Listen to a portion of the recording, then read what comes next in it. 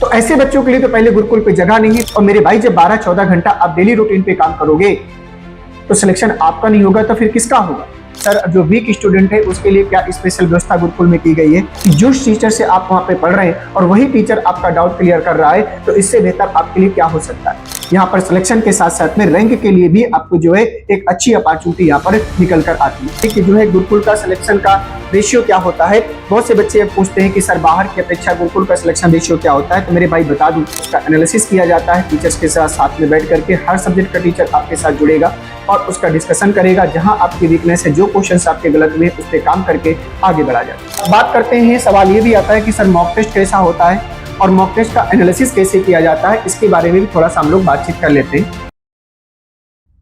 आप सभी का डिवाइन गुरुकुल परिवार में स्वागत है और आज मैं आप सभी बच्चों के ढेर सारे क्वेश्चंस लेकर आया हूं, जो बार बार ये क्वेश्चंस आप लोगों के सामने आते हैं, कई ढेर सारे बच्चों के। तो मैंने सोचा कि क्यों ना हम जो है एक वीडियो के माध्यम से आपके सारे क्वेश्चंस का जवाब दे दें। सर्वप्रथम बच्चों के दिमाग में ये आता है कि सर ये डिवाइन गुरुकुल क्या है और यह दूसरों से अलग कैसे है, जो बाकी कोचिंग संस्थान हैं वो उससे दूसरों से कैसे अलग है। तो मैं आपको बता दूं कि डिवाइन गुरुकुल जो एक संस्था है, ये एक आवासीय संस्था है जिसमें से बच्चों के लिए यहाँ पे सारी फैसिलिटी की व्यवस्था की गई है, जिसमें से आपको यहाँ पे हमारे संस्थान में, हमारे कैंपस में आपको आकर रहना होगा। आप जो है अगर हमारे गुरुकुल में आना चाहते हैं तो आपको यहीं आकर रहना होगा। यहीं पे आपको जो है खाने की व्यवस्था, यहीं पे आपके जो है खेलने की व्यवस्था और बाकी जो आपके पढ़ाई से जो रिलेटेड चीजें हैं वो सारी फैसिलिटी गुरुकुल आपको प्रोवाइड करता है। आपका कहीं पर अगर आप रूम लेकर रहते हैं तो जो आपका समय इन्वेस्ट होता है अदर कार्यों में, जो आपके बेसिक कार्य हैं जो डेली यूज पे आपको करना ही करना है, जैसे खाना बनाना, सब्जी लेने जाना, गैस लेने जाना, ये छोटी छोटी जो चीजें हैं उसका जो है संस्थान आपको समय बचा कर देता है और सिर्फ आपको जो है आपके करियर पर, आपके पढ़ाई पर ही सारा दिन आपको फोकस रखा जाता है। पूरी दिनचर्या दोस्तों आपके जो है एक शेड्यूल पर चलती है, डेली रूटीन पर चलती है और उसी डेली रूटीन की दिनचर्या के अनुसार आपका जो है सारा दिन बीतता है एक बेहतर अनुशासित जीवन के साथ में, जिसमें से आपका जो है स्टडी, लाइब्रेरी, ग्राउंड्स एंड खाना, test, mock test, sectional test, ये सारी फैसिलिटी आपके जो है डेली रूटीन का हिस्सा होता है। तो आशा करता हूं कि आपको जो है गुरुकुल के बारे में काफी हद तक चीजें समझ में आई होगी। दूसरा क्वेश्चन बच्चों के दिमाग में ये आता है कि सर क्या यहाँ पर मोबाइल फ्री कैंपस है, क्या यहाँ पे मोबाइल नहीं मिलता है? तो मैं आपको बता दूं कि डिवाइन गुरुकुल में मोबाइल आपको जो है नहीं दिया जाता है। बहुत ही लिमिट समय के लिए मोबाइल दिया जाता है, जैसे फॉर एग्जांपल आपको घर में बात करनी है या फिर आपको जो है ऑनलाइन टेस्ट देना है, वैसे यहाँ पे आपकी व्यवस्था रहती है कंप्यूटर लैब की। बच्चों को जो है टैबलेट और लैपटॉप जो है अलाउ किए जाते हैं और अलाउ करने का मतलब ये नहीं है कि आप वहां पर सोशल मीडिया का यूज करेंगे। सोशल मीडिया पूर्णतः आपका जो है प्रतिबंधित रहेगा। आपको लैपटॉप और टैबलेट का प्रयोग वल्ली आपको जो है स्टडी के लिए करना है, क्लास देखने के लिए करना है, मॉक टेस्ट लगाने के लिए करना है।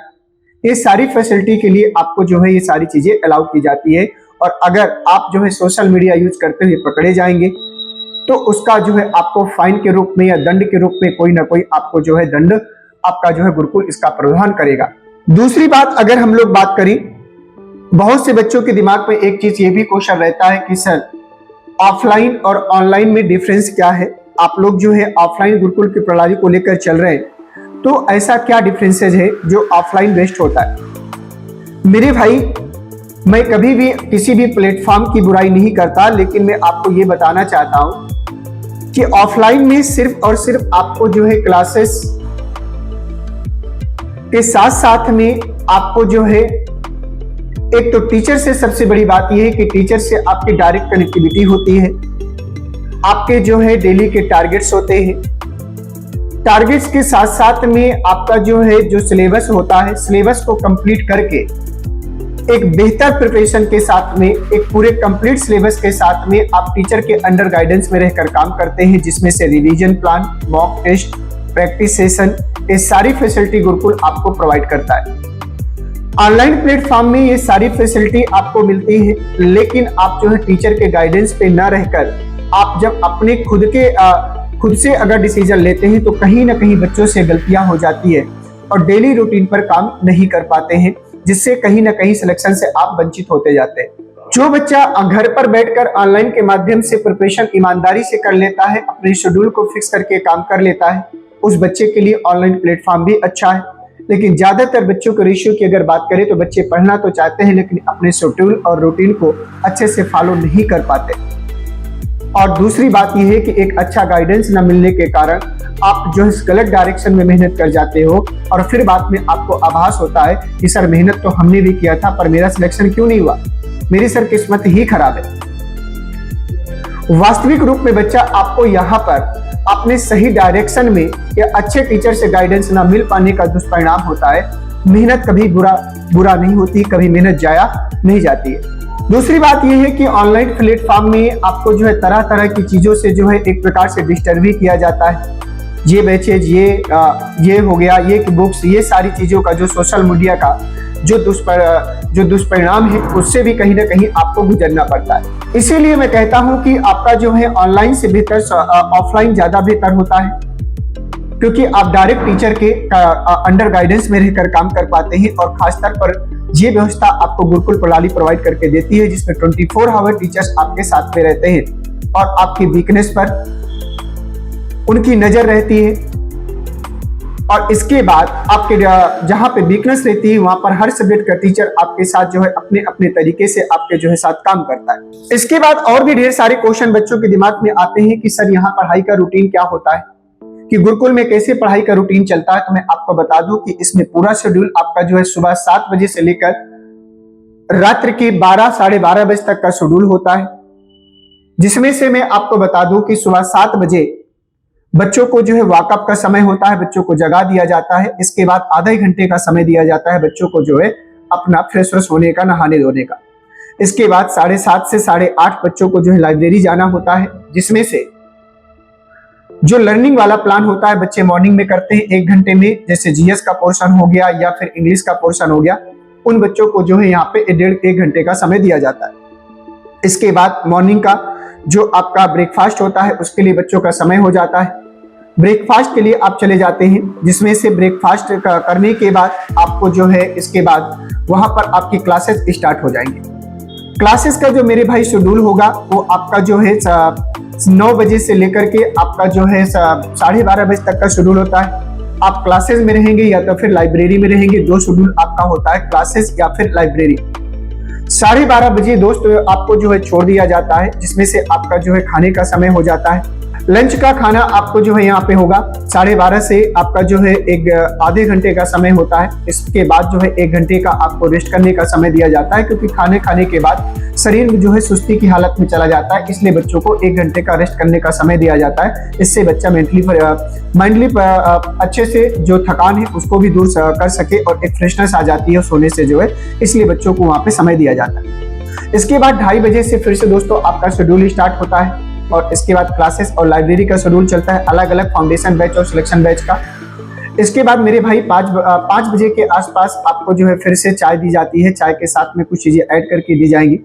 और इसके बाद आपका चाय नाश्ता करने के बाद आपका जो है ग्राउंड का समय होता है, जिसमें से आप क्रिकेट, वॉलीबॉल या इंडोर गेम्स में बैडमिंटन या फिर चेस या एनी अदर कई गेम्स यहाँ पे अवेलेबल कराए गए हैं। जिन बच्चों की जो जिस गेम्स में चॉइस होती है वो बच्चे अपना अपना ग्रुप बनाकर अपने गेम्स करते हैं और 1-1.5 घंटे का समय आपको यहाँ पे दिया जाता है।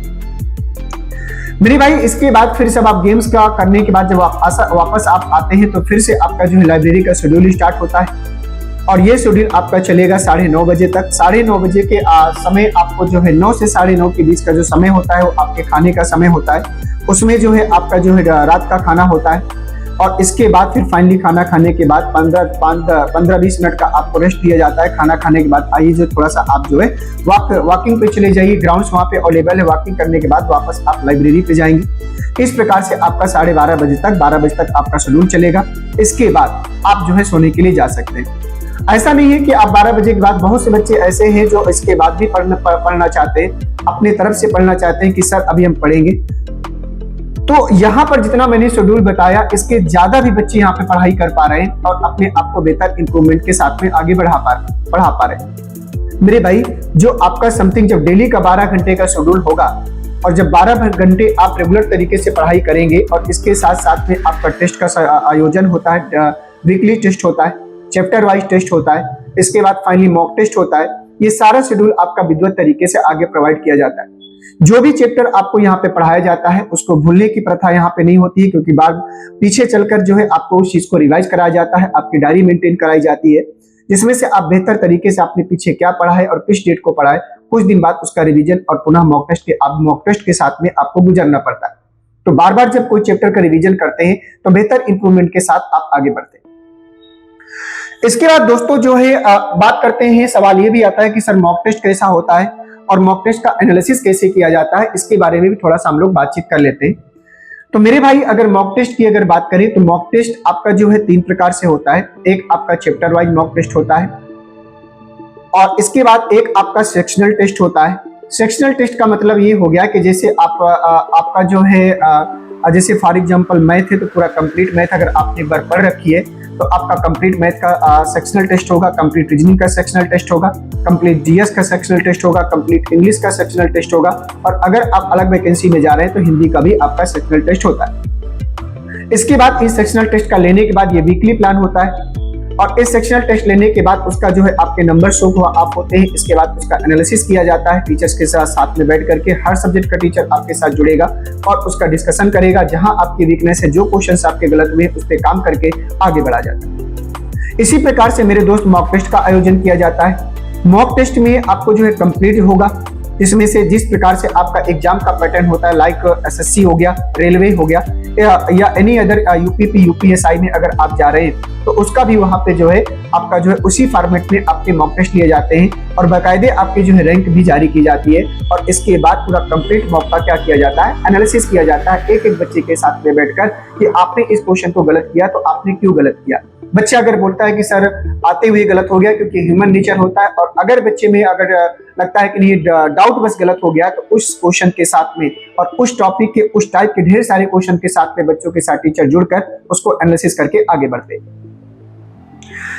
आगे बात करते हैं बेटा, तो आगे जो है बहुत से स्टूडेंट होते हैं कि कॉल्स आती है कि सर जो वीक स्टूडेंट है उसके लिए क्या स्पेशल व्यवस्था गुरुकुल में की गई है। तो मेरे भाई हम बता दें कि वीक स्टूडेंट के लिए बहुत ही अच्छे स्ट्रेटजी के साथ में आगे बढ़ा जाता है, उनको जो है प्रिपेयर किया जाता है। बाकी बच्चों के समकक्ष लाने का जो है पूरी टीम मेहनत करती है। वीक बच्चों के साथ में स्पेशल क्लासेस होती हैं। स्पेशल क्लासेस के साथ साथ में पहले सबके साथ बैठकर आप पढ़ेंगे, जो कॉमन क्लास होती है फाउंडेशन बैच की। इसके बाद वहां से निकाले जाते हैं वीक स्टूडेंट, जिनको अगर लगता है कि भी इस चैप्टर में काम करने की आवश्यकता है, उनके पास उसी चैप्टर का फिर से एक सेशन होता है। इसके बाद उनकी वीकनेस पे काम की जाती है, काम किया जाता है और जब ये आभास हो जाता है कि नहीं बच्चा अब फाइनली इस चीज को क्लियर कर चुका है तो फिर से वापस आपको उसी बैच के साथ जोड़ दिया जाता है। स्पेशली आपके साथ समय देगा और आपकी वीकनेस पे काम करेगा, आपके फाउंडेशन पे काम करेगा। किसी भी प्रकार से बच्चे को यहाँ पर वीक रहने का कोई गुंजाइश नहीं छोड़ी जाती। जब तक सारे बच्चे तैयार नहीं हो जाते, हर एक बच्चे को साथ में लेकर आगे बढ़ा जाता है। बस आपके अंदर सीखने की ललक होनी चाहिए, ईमानदारी से मेहनत करने का जुनून होना चाहिए। और अगर आप ये काम करने के लिए ललक है, जुनून है, तो ऐसी कोई भी चीज नहीं जो इस समय आप नहीं सीख सकते हैं और नहीं कर सकते। मेरे दोस्त, इसके बाद आगे बच्चों को क्वेश्चन आता है कि सर डाउट टीचर्स कैसे होते हैं और डाउट क्या तुरंत क्लियर होता है। एब्सोल्युटली, यहां पर मैं आपको बता दूं कि स्पेशली अभी तक हमने गुरुकुल पर कोई डाउट टीचर्स का प्रयोजन नहीं किया हुआ है। आपको डाउट वही टीचर बताएंगे जो आपको पढ़ा रहे हैं क्लास में। और इससे अच्छा मेरे दोस्त क्या ही हो सकता है कि जिस टीचर से आप वहां पे पढ़ रहे हैं और वही टीचर आपका डाउट क्लियर कर रहा है, तो इससे बेहतर आपके लिए क्या हो सकता है। आपने वही कॉन्सेप्ट पढ़ा और उसी कॉन्सेप्ट से टीचर आपका डाउट क्लियर हो रहा है, तो इससे बेहतर मुझे नहीं लगता कि आपके लिए कुछ हो सकता है। तो इसी प्रकार से चीजें आपकी जो जब डे बाय डे आप किसी वर्क को लेकर बढ़ते हैं तो आपको आभास भी नहीं होता है कि एक बेहतर आप तैयारी कर सकते हैं। और ये ऐसा एक एटमॉस्फेयर होता है कि जहां पर आप सिलेक्शन के साथ साथ में आप रैंक होल्डर्स भी बच्चे यहाँ पर बनते हैं।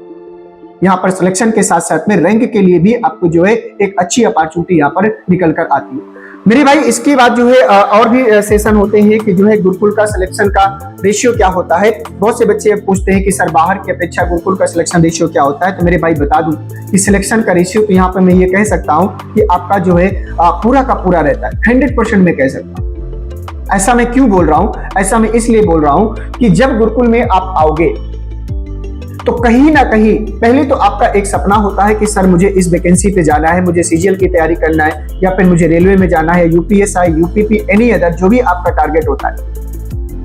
तो ज्यादातर बच्चे क्या होते हैं कि यहाँ पर जो ज्यादातर बच्चे होते हैं जो जिनका चॉइस होता है उसी के अकॉर्डिंग बच्चे को साथ मेहनत की जाती है और उसी के अकॉर्डिंग उसको जो वहां पे पहुंचाने का पूरा गुरुकुल का प्रयास रहता है। इन केस कुछ बच्चे अगर उस अपनी पसंद की नौकरी नहीं पाते हैं तो कहीं ना कहीं कुछ ना कुछ बच्चे अवश्य लेकर चले जाते हैं, उस पोस्ट में नहीं तो कहीं और किसी पोस्ट में नौकरी मिल जाती है। इसलिए मैं कहता हूं कि गुरुकुल का रेशियो 100% होता है। बस थोड़ा सा आपको धैर्य बनाने की आवश्यकता है और अपनी वीकनेस पे काम करने की आवश्यकता है जो गुरुकुल बराबर आपके साथ में करके आपको देता है।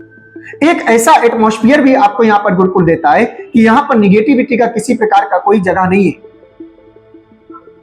एक ऐसी पॉजिटिव एटमॉस्फेयर के साथ में एक प्राकृतिक वातावरण के साथ में आपको वहां पे रखा जाएगा।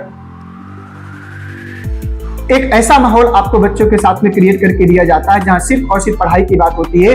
अगर आपका टेस्ट होता है तो आपस में आप लोग खुद डिस्कशन करते हैं कि टेस्ट में आपके कितने स्कोर है। जब आपस में कंपटीशन की भावना जगती है मेरे भाई तो पढ़ने में और ही आनंद आता है। कभी ना कभी अगर ये मन किएगा आपके अंदर निगेटिविटी आएगी, मन उदास होगा, तो उसके लिए आपके जो मेंटोरशिप की क्लास है, आपके टीचर अवेलेबल है, टीचर से आपसे बात करना है, पॉजिटिव एनर्जी लेना है, टीचर आपको गाइड करेगा। एक आपको फायदा यहाँ पे ये मिलेगा। दूसरी बात है कभी कभी आपका अगर पढ़ने का मन नहीं भी कर रहा है तो जब आप देखोगे कि आपके साथी जो गुरुकुल में रहने वाले हैं वो कहीं ना कहीं आप पढ़ रहे होंगे तो आपके अंदर भी एक भावना जगेगी कि यार मैं क्या कर रहा हूँ, मुझे भी पढ़ना है। ऐसे एटमॉस्फेयर की आपको आवश्यकता है। इसी प्रकार से चीजों को हम लोग जो है आगे बढ़ाते हैं।